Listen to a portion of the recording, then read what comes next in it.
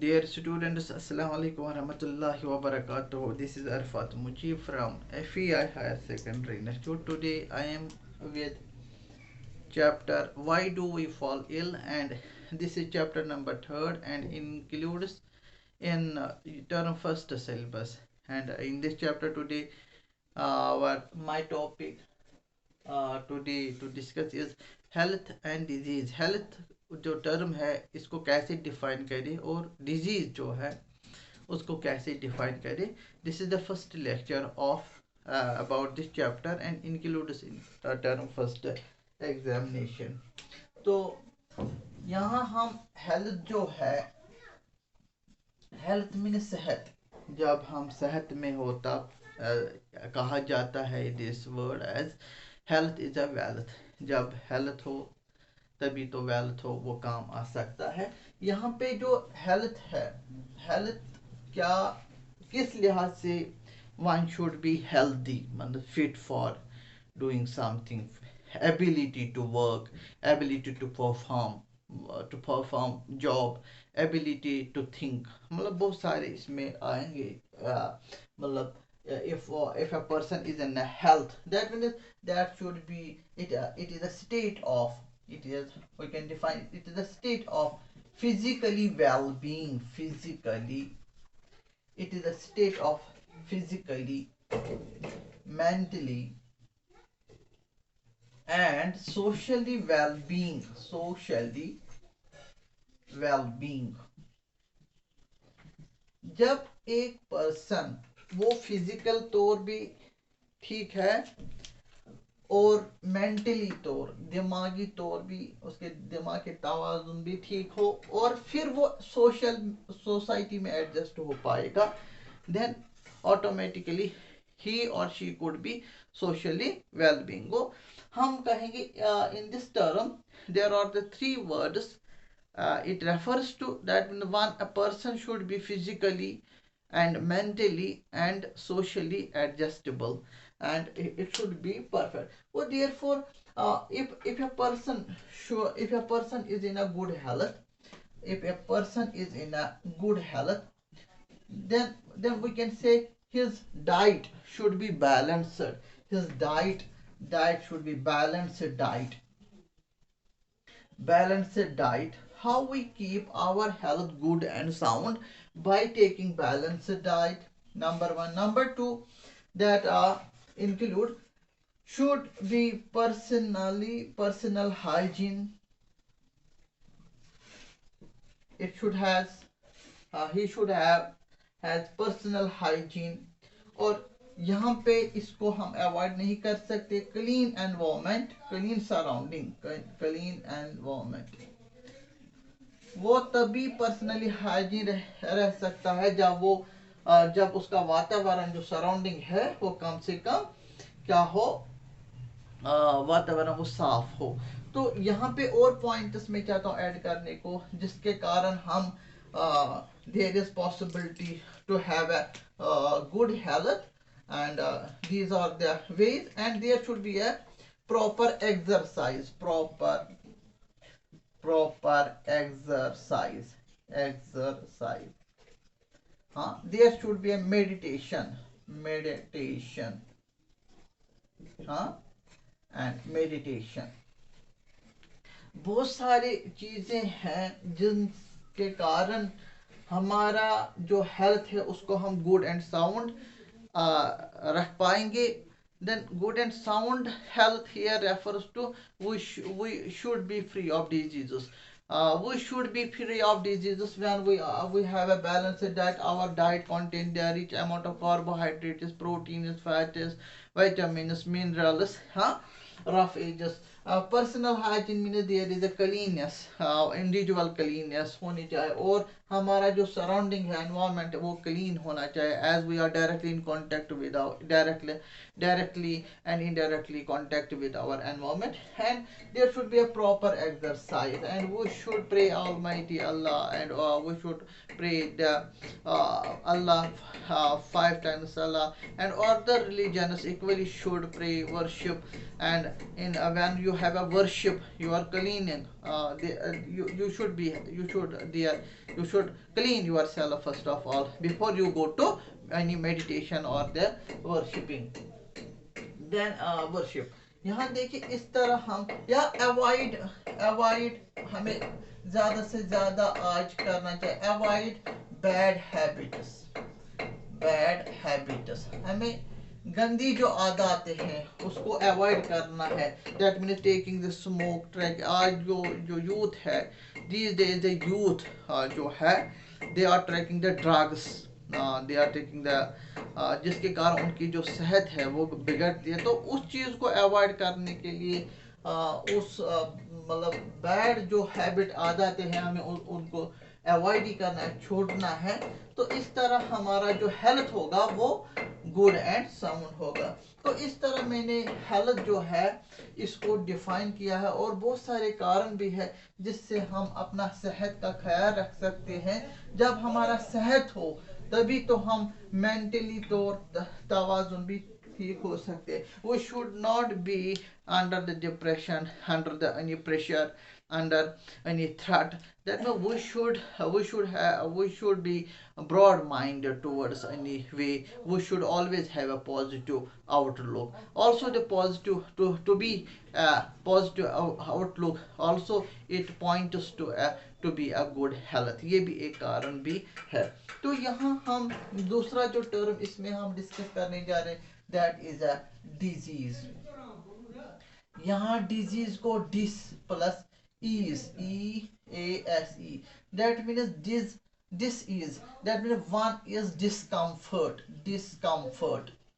अब वर्ड जो डिजीज है नाम से पता चलता है कुछ कि जो वर्ड है it has the two words itself, dis means that is discomfort, मतलब there is disappearing of easiness, and the person is not easy, is not cozy, is not comfortable। That means simply the word disease here refers to discomfort। something is wrong to the health, हम कहेंगे यहाँ पे something went wrong to the health, something is wrong to the health, जो हमारी सेहत है वो बिगड़ चुकी है। तो there is something wrong to the health। Here this gives to you a discomfort। When what are the various consequences, how we can say a person is diseased, हाँ। तो उसमें क्या होगा, वजह है, कॉजेस है, उसका अनबैलेंस्ड डाइट होगा, unbalanced diet. his or her diet could be unbalanced, or personal या हम कहेंगे कम्युनिटी हाँ अनहाइजीन है,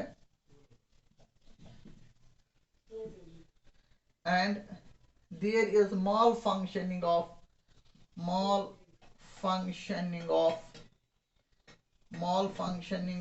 organs। ये भी कारण है। क्या क्या कारण हमने देखा किया जो if a person is diseases, हाँ, may God forbid that his diet is unbalanced, not proper nutrients in his diet, vitamins, minerals, person और community hygiene, ये वातावरण खराब है, माल फंक्शनिंग ऑफ ऑर्गन्स ये भी है। हम यहाँ कहेंगे the surrounding is bad, that mean bad environment के कारण भी यहाँ पे लिखेंगे हम, due to the bad environment,